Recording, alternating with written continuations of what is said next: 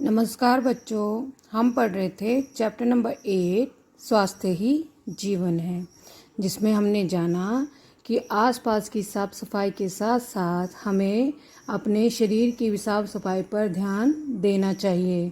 अपने शरीर की साफ सफाई के लिए हमें किन किन बातों का ध्यान रखना चाहिए वो इस चैप्टर में बताया गया।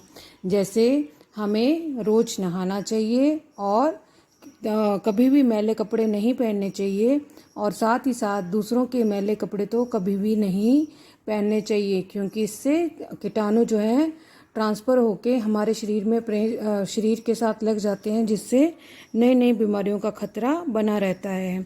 तो हमें कुछ बातों का ध्यान रखकर अपने आप को स्वस्थ रखकर ही जीवन में आगे बढ़ना है, क्योंकि स्वास्थ्य ही जीवन है। ये बात हमने जानी है और अभी तक हम इस बात को महसूस कर सकते हैं, क्योंकि 7वीं कक्षा का विद्यार्थी इस बारे में बहुत अच्छे से समझ सकता है कि स्वास्थ्य का हमारे जीवन में कितना अधिक महत्व है। अब स्वस्थ रह के स्वच्छ रह के हम अपने आप को किस तरह से सुरक्षित रख सकते हैं और जीवन पथ पर अग्रसर हो सकते हैं। तो आइए पढ़ते हैं आगे का चैप्टर। घर की सफाई का भी बहुत महत्वपूर्ण स्थान है। जिस घर की प्रतिदिन नियम से सफाई नहीं की जाएगी, वहाँ मकड़ियाँ अपने जाले बना लेंगी। उन जालों में और फर्श की धूल में तरह तरह के रोगों के कीटाणु पल सकते हैं। घर में प्रतिदिन झाड़ू देना तथा खिड़कियों और दरवाजों आदि को साफ करना आवश्यक है। साथ ही घर के अंदर और बाहर की नालियाँ भी साफ रखनी चाहिए। यदि हम आसपास के स्थान को साफ नहीं रखेंगे तो वहाँ की गंदगी अवश्य ही हमारे घरों में बीमारी फैलाएगी। इसलिए हमें घर के साथ गली और मोहल्ले की सफाई पर भी ध्यान देना चाहिए। जैसे कि हमने जाना कि शारीरिक सफाई कितना ज़्यादा महत्व रखती है, शारीरिक स्वच्छता कितना ज़्यादा महत्व रखती है, उसके साथ साथ हमें घर की सफाई का भी ध्यान रखना चाहिए। घर की सफाई भी उतनी ही ज़्यादा महत्वपूर्ण स्थान रखती है जितने की शारीरिक सफाई। और जिस घर की प्रतिदिन रोज नियम से सफाई नहीं की जाती है, वहाँ पर मकड़ियाँ अपने जाले बना लेती हैं और उन जालों में और फर्श की धूल में तरह तरह के रोगों के कीटाणु पलते हैं, जिस कारण बीमारियां पैदा होती हैं। घर में प्रतिदिन झाड़ू देना और खिड़कियों दरवाजों आदि को साफ करना बहुत अधिक आवश्यक है। साथ ही घर के अंदर और बाहर की नालियां भी सदा साफ रखनी चाहिए। यदि हम आसपास के स्थान को साफ नहीं रखेंगे, सफाई का ध्यान नहीं रखेंगे, तो वहाँ की गंदगी अवश्य ही हमारे घरों में बीमारी फैलाएगी। मतलब बाहर अगर गंदगी है, हमारे घर के आसपास अगर गंदगी है, तो वही गंदगी हमारे अंदर आकर हमारे घरों में बीमारी फैला देगी। इसलिए हमें घर के साथ गली और मोहल्ले की सफाई पर भी ध्यान देना चाहिए। अच्छे स्वास्थ्य के लिए ताज़ी हवा और धूप बहुत आवश्यक है। हमें अपने मकान की खिड़कियां और रोशनदान यथासंभव खुले रखने चाहिए, ताकि उनसे ताज़ी हवा अंदर आ सके और गंदी हवा बाहर जा सके। अच्छे स्वास्थ्य के लिए, गुड हेल्थ के लिए हमें फ्रेश एयर और धूप जो है वो बहुत ज़्यादा आवश्यक है। ताज़ी हवा और धूप लेना बहुत ज़्यादा आवश्यक है। हमें अपने मकान की खिड़कियां और रोशनदान होते हैं वेंटिलेटर्स, जो खिड़की के ऊपर और एक और खिड़की बनी होती है, उसे कहते हैं रोशनदान, वेंटिलेटर्स, जहाँ से हवा आसानी से आ जा सकती है। यथासंभव जितना हो सके उतने खुले रहने चाहिए, ताकि उनसे ताज़ी हवा अंदर आ सके और गंदी हवा जो है वो बाहर जा सके। खिड़कियां और रोशनदान बंद रखने से दूषित हवा कमरे में ही भरी रहती है। यदि हम अपनी खिड़कियां और रोशनदानों को बंद ही रखें तो इससे क्या होगा, गंदी हवा जो है बाहर नहीं जा पाएगी। तो इसलिए हमें और दूषित हवा जो है वो कमरे में ही भरी रहेगी, वो बाहर नहीं जाएगी और बाहर की ताज़ी हवा अंदर नहीं आएगी। तो इसी में बार बार सांस लेने से और वह और दूषित होती चली जाएगी। जब हम बार बार उसी प्रवेश में रहेंगे तो हमारे मुंह से जो सांस के द्वारा कार्बन डाइऑक्साइड निकलेगी, तो उससे वो हवा और अधिक दूषित हो जाएगी। ऐसी हवा फेफड़ों में जाकर हमारे स्वास्थ्य को हानि पहुंचाती है। जब हम ऐसी हवा में सांस लेंगे तो वही हवा जो है हमारे फेफड़ों में जमा हो जाएगी और हमारे स्वास्थ्य को हानि पहुंचाएगी। सर्दियों में हमें धूप का भी यथासंभव सेवन करना चाहिए। जब रही बात सर्दियों की, तो सर्दियों में हमें जितना हो सके उतना धूप में रहना चाहिए, क्योंकि इससे हमें विटामिन डी प्राप्त होता है, जो स्वास्थ्य के लिए बहुत आवश्यक है। जैसा कि आप सबको पता ही है कि धूप से हमें विटामिन डी मिलता है। तो विटामिन डी की कमी को पूरा करने के लिए हमें धूप का भी यथासंभव सेवन करना चाहिए। मतलब जितना हो सके उतना समय जो है धूप में बैठना ही चाहिए, जिससे हमारे शरीर में विटामिन डी की कमी ना हो, क्योंकि ये विटामिन डी जो है हमारे स्वास्थ्य के लिए बहुत अधिक आवश्यक है। स्वास्थ्य के लिए पानी की शुद्धता भी आवश्यक है। अच्छी हेल्थ के लिए पानी का शुद्ध होना भी बहुत ज़्यादा आवश्यक है। पानी हमें नगर पालिका के नलों से मिलता है, गांव में पानी कुएं से मिलता है। कुएं की जगह खूब ऊंची हो ताकि कुएं में धूल और कूड़ा ना जा सके। तालाब का पानी तो कभी नहीं पीना चाहिए। जैसा कि आपको पता ही है कि हमें जो पानी मिलता है वो नगर पालिका के नलों से ही आता है। गांव में पानी जो है कुएं से मिलता है, और कुएं में गांव में जो कुएं बने होते हैं उनकी जगत जो है वो ऊंची होनी चाहिए। जगत मतलब ये जो ज़मीन से ऊपर का जो पार्ट होता है जहाँ पे वो कुएं का सराउंडिंग बना हुआ होता है वो हमेशा ऊंचा होना चाहिए, ताकि बाहर की गंदगी और कचरा जो है वो आसानी से वहाँ पे ना भर सके। तालाब का पानी तो कभी भी नहीं पीना चाहिए। अशुद्ध जल पीने से बहुत सी बीमारियां हो जाती हैं। यदि हम अशुद्ध जल पिएंगे, इम्प्योर वाटर पिएंगे, तो हमें बहुत सारी बीमारियां हो जाती हैं। यदि हमें पानी की शुद्धता के बारे में जरा भी संदेह हो, यदि हमें जरा भी शक हो कि ये पानी साफ नहीं है, तो उसे पीने से पहले उबाल लेना चाहिए। किसी भी पानी को हमें लगे कि ये पानी जो है वो साफ नहीं है, तो उसे पीने से पहले उसे उबालना चाहिए, और उबाल कर ठंडा करके ही उस पानी का सेवन करना चाहिए। कभी भी गंदा पानी नहीं पीना चाहिए। हवा और पानी के साथ हमारे जीवन का भी स्वच्छ होना जरूरी है।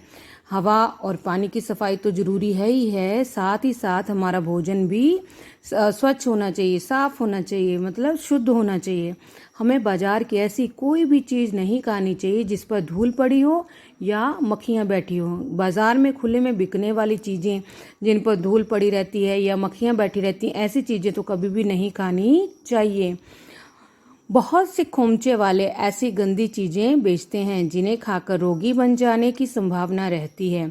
समझदार बच्चे ऐसी चीजें कभी नहीं खाते। बहुत से रेहड़ी वाले जो मतलब खुले में रेकड़ी लगाकर सामान बेचते हैं, ऐसी गंदी चीजें बेचते हैं जिन्हें खाकर हम रोगी बन सकते हैं। तो ऐसी चीजें जो है वो समझदार बच्चे कभी भी नहीं खाते। स्वादिष्ट होने के साथ साथ भोजन पौष्टिक भी होना चाहिए। ये जरूरी नहीं है कि आपका भोजन सिर्फ टेस्टी ही हो, आपका भोजन पौष्टिक भी होना चाहिए। पौष्टिक मतलब जिसमें सारे मिनरल, विटामिन और प्रोटीन भरे हुए हों, ऐसा भोजन ही हमें करना चाहिए। एक प्रॉपर डाइट का भोजन ही हमें करना चाहिए जिससे हमें सारे न्यूट्रिशन मिले, है ना। जंक फूड खा लेने से शरीर को पौष्टिक तत्व नहीं मिलते। आपको पता ही जंक फूड हमारे लिए अनहेल्दी होता है, तो इसलिए ऐसा फूड खाने से हमारे शरीर को पौष्टिक तत्व नहीं मिल पाते हैं। तो ज़्यादा से ज़्यादा जंक फूड जो खाते हैं वो मोस्टली बीमार ही पड़ते हैं। संतुलित भोजन में रोटी और दाल के अलावा हरी सब्जी, फल और दूध का होना आवश्यक है। जैसे ही मतलब बैलेंस डाइट, संतुलित भोजन होता है बैलेंस डाइट। बैलेंस डाइट जो होती है उसमें रोटी और चावल के अलावा हरी सब्जी, फल और दूध, ये सब होना बहुत ज़्यादा आवश्यक है। परंतु ये आवश्यक नहीं कि ये चीज़ें महंगी ही हों, कि लेकिन ये ज़रूरी नहीं है कि आपको महंगी चीज़ें ही खानी, महंगी सब्जी ही खानी, महंगा फल ही खाना है। मूली, गाजर और पालक जैसी सस्ती सब्जियां खाकर भी अच्छा स्वास्थ्य प्राप्त किया जा सकता है। हम मूली, गाजर और पालक जैसी सस्ती चीज़ें जो सस्ते भाव में बाजार में मिलती हैं, इनको खाकर भी अच्छा स्वास्थ्य प्राप्त कर सकते हैं। जो लोग शाकाहारी होते हैं, जो वेजिटेरियन होते हैं, उन्हें दूध और दही अधिक मात्रा में खाने चाहिए। जो वेजिटेरियंस हैं उनको दूध और दही ज़्यादा से ज़्यादा खाना चाहिए। शरीर की वृद्धि के लिए बच्चों का दूध पीना बहुत आवश्यक है। शरीर को प्रॉपर न्यूट्रिशन मिलेंगे तभी तो आगे ग्रोथ होगी ना। तो शरीर की वृद्धि के लिए बच्चों का दूध पीना बहुत आवश्यक है। दूध अपने आप में पूर्ण भोजन है। दूध अपने आप में एक बैलेंस पूरा कंप्लीट फूड है ना। पूर्ण भोजन मतलब कंप्लीट फूड। इस अकेले भोज्य पदार्थ में वे सभी तत्व मिल जाते हैं जो शरीर के स्वास्थ्य और पोषण के लिए आवश्यक हैं। ये एक अकेला ऐसा भोज्य पदार्थ है, खाने योग्य पदार्थ है जो जिसमें सभी प्रकार के तत्व मिल जाते हैं जो शरीर के स्वास्थ्य और पोषण के लिए बहुत आवश्यक हैं। इसलिए पुराने समय में कहा जाता था कि दुग्ध भोजनम अमृतम, मतलब दूध का भोजन जो है वो अमृत के समान है, अर्थात दूध का भोजन अमृत के समान है। अच्छी तंदुरुस्ती के लिए उचित व्यायाम भी जरूरी है। अगर हमें अच्छा स्वास्थ्य चाहिए, अच्छी हेल्थ चाहिए, तो उसके लिए हमारा व्यायाम करना भी जरूरी है। व्यायाम से मांसपेशियां बढ़ती और मजबूत होती हैं, अंग प्रत्यंग में शक्ति और स्फूर्ति आती है। दंड बैठक, कुश्ती आदि अपने देश के प्राचीन व्यायाम हैं। व्यायाम करने से क्या होता है, हमारे मसल्स स्ट्रॉन्ग बनते हैं ना और बढ़ते हैं। अंग प्रत्यंग, हमारे शरीर का प्रत्येक अंग, छोटे से छोटा अंग भी, उसमें क्या आती है, शक्ति और स्फूर्ति। दंड बैठक, कुश्ती आदि अपने देश के प्राचीन व्यायाम है।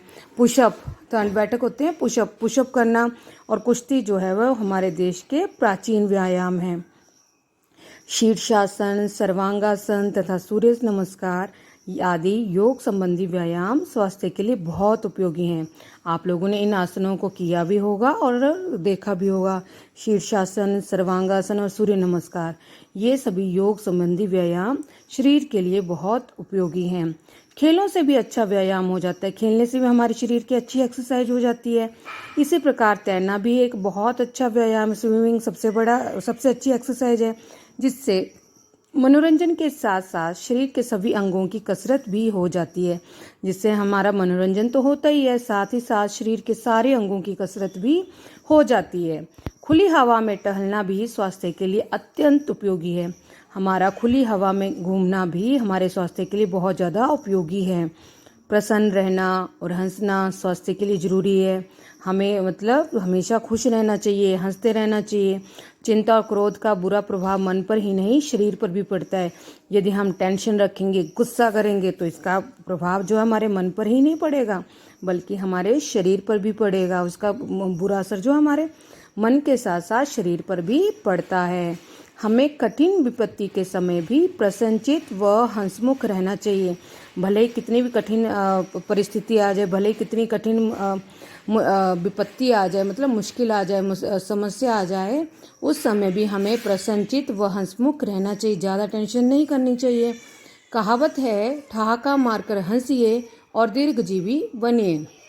ये कहावत है कि आपको जोर जोर से, यदि कोई जोर जोर से ठहाका मार के हंसेगा तो वो हमें अवश्य ही दीर्घजीवी बनेगा, मतलब उसका स्वास्थ्य ठीक रहेगा, तो वो हमेशा अच्छी आयु को प्राप्त करेगा, उसकी लंबी आयु होगी। दीर्घजीवी मतलब लंबी आयु तक जीवित रहना। तो ठहाका मारकर हंसिए और दीर्घजीवी बनिए। आपको इस अवस्था में, एक विद्यार्थी की अवस्था में, इस पड़ाव पे तो आपको बिल्कुल भी किसी भी तरह की कोई टेंशन नहीं रखनी चाहिए। मस्त रहो और खुश रहो। हाँ, जो आपका काम है, जो आपका समय है, उसका ध्यान रखना है। बाकी जब भी मौका मिले तो हमेशा प्रसन्नचित और हंसी भरा माहौल में ही रहना चाहिए। ज़्यादा चिंता करने की, ज़्यादा टेंशन लेने की ज़रूरत नहीं है।